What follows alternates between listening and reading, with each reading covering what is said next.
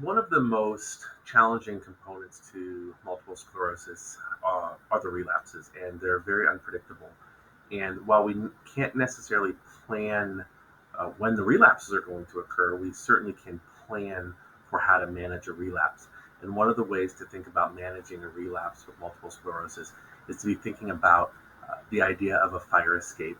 And when you stay in hotels, on the back of the door, they have the plan that is drawn up to be able to get out of the building in an emergency.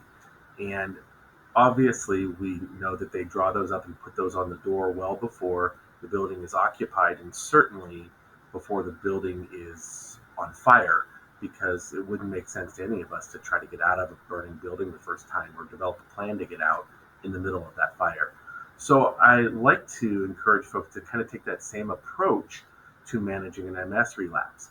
And the idea being that you put in place a written plan for how you're going to manage some of the more important aspects of your life if and when you were to have an MS relapse.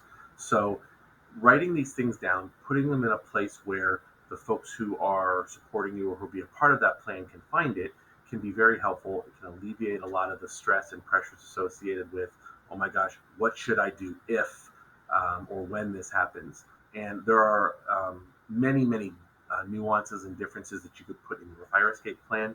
It all depends on the life that you live, the things that are important to you, and spelling those things out in as um, clear and direct ways as possible, and then allowing the people who you anticipate relying on or needing in those circumstances to know where it is and maybe have a conversation about what their roles and expectations would be if something like a relapse were to happen.